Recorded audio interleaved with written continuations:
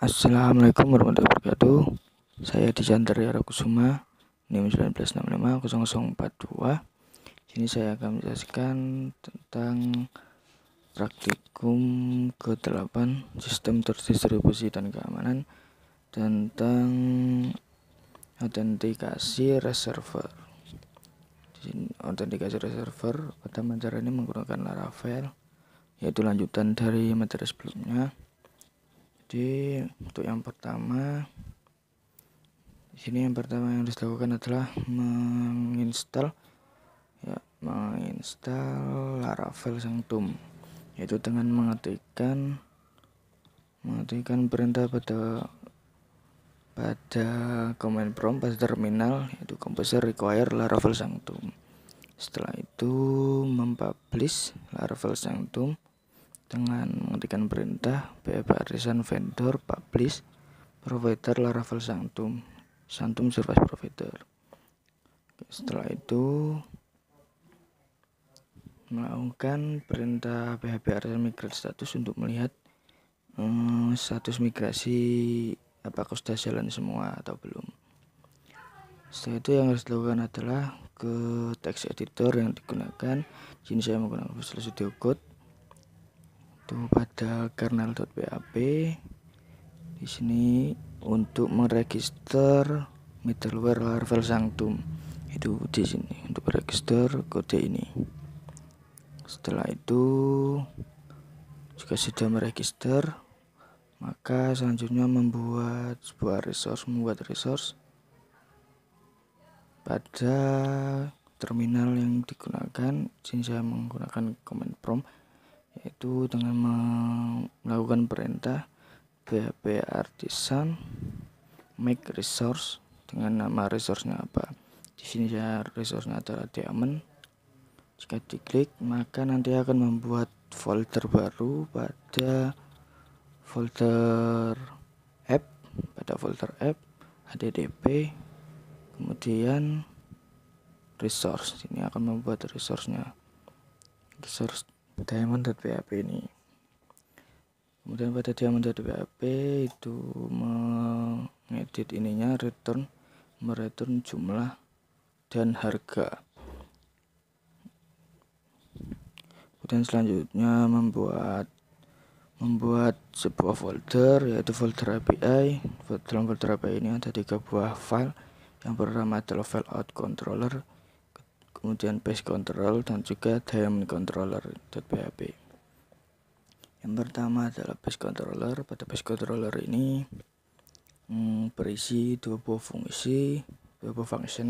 Yang pertama function send response, itu untuk mengirimkan apabila sukses, maka akan mengirimkan responsnya berupa success, data dengan result, kemudian message-nya. Kemudian function yang kedua adalah send error. Ini untuk menampilkan errornya. Apabila error, maka akan mengirimkan send error dengan responnya adalah sukses dan message. Suksesnya false, kemudian message-nya itu error. Itu pada base controller. Kemudian pada out controller. Pada out controller ini mengextend dari base controller. Di sini juga ada beberapa function, ada function sign in dan juga sign up. Sign in ini digunakan untuk login, kemudian untuk sign up-nya ini digunakan untuk register. Jadi untuk registernya itu as validator, ini adalah yang dibutuhkan, require-nya name, email, password, dan confirm password. Kemudian jika gagal maka akan send error, jika berhasil maka akan send response dengan message-nya itu user created successfully. Untuk ini, jadi ini membuat variable input untuk menerima semua inputan. Kemudian untuk inputan passwordnya itu dengan bcrypt. Kemudian user ini user create input, meng-create data berdasarkan inputan. Kemudian jika sukses akan membuat token. Jika sukses ini akan meng-create token. Kemudian akan menampilkan send response. Kemudian untuk sign in-nya ini membutuhkan request email dan juga password. Kemudian set outer, jika sukses maka akan membuat token dan akan mengirimkan send response dengan pesan user signed in.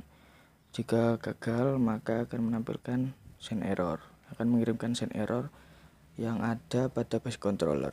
Send response dan send error ini ada pada base controller. Untuk send response menampilkan sukses data dengan result dan message, sedangkan untuk errornya hanya menampilkan sukses false-nya dengan message error. Kemudian pada selanjutnya adalah file daemon controller. Pada daemon controller ini mengextend dari base controller, dan ini juga memanggil model daemon dan memanggil daemon resource. Pada daemon controller, pada file daemon controller ini terdapat beberapa function. Yang pertama ada function index, itu untuk menampilkan semua data, untuk mereturn semua datanya. Di sini returnnya menggunakan send response yang ada pada base controller, dengan pesannya adalah data daemon ditampilkan. Dengan pesannya adalah data daemon ditampilkan. Kemudian untuk function kedua adalah create, itu merequest inputan ini adalah variabel untuk menerima semua inputannya ada nama, inputannya ini adalah jumlah dan harga.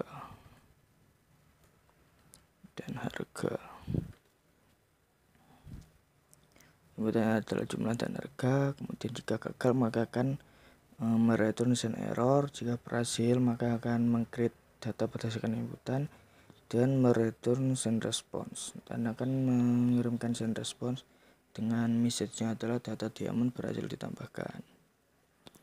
Kemudian ada function show ini untuk mencari data, untuk melakukan pencarian data.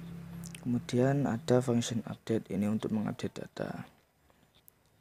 Update-nya ini jumlah dan harga. Dia nama mengambil inputan dari input jumlah dan input harga. Kemudian demand save, kemudian jika berhasil akan mereturn send response yang ada pada base controller dengan message-nya adalah data updated. Oke, jika sudah maka menuju ke file api.php. Pada api.php ini memanggil ini out controller dan daemon controller. Kemudian di bawahnya ini membuat routing login dan routing register. Untuk routing login ini metodenya adalah post dengan memanggil function pada class out controller yaitu sign-in. Kemudian untuk register ini metodenya juga post memanggil class out controller dengan functionnya itu adalah sign-out. Kemudian di bawahnya membuat routing middleware, dan di dalam routing middleware-nya ada routing resource. Routing resource memanggil data dari kelas daemon controller dengan URL-nya adalah daemon. Jadi ini digunakan untuk memanggil semua function yang ada pada daemon controller. Berbeda dengan sebelumnya yang harus mengetikkan satu-satu. Jadi ini hanya dengan satu baris ini bisa memanggil semua function yang ada pada kelas daemon controller. Untuk mengetahui function-functionnya bisa dilihat pada terminal, pada command prompt, atau pada terminal di text editor ini, Visual Studio Code. Untuk perintahnya itu adalah php artisan route list, nanti akan tampilkan routing listnya. Jika akan mengambil data itu menggunakan metode get dengan api daemon. Kemudian jika ingin login, yaitu metodenya adalah post dengan api login, dan register itu post dengan api register. Oke, untuk selanjutnya itu mengaktifkan serve-nya ini, php artisan serve pada command prompt pada terminal. Ya sudah, maka ke postman. Untuk postman ini pertama akan mendaftar meregister. Untuk register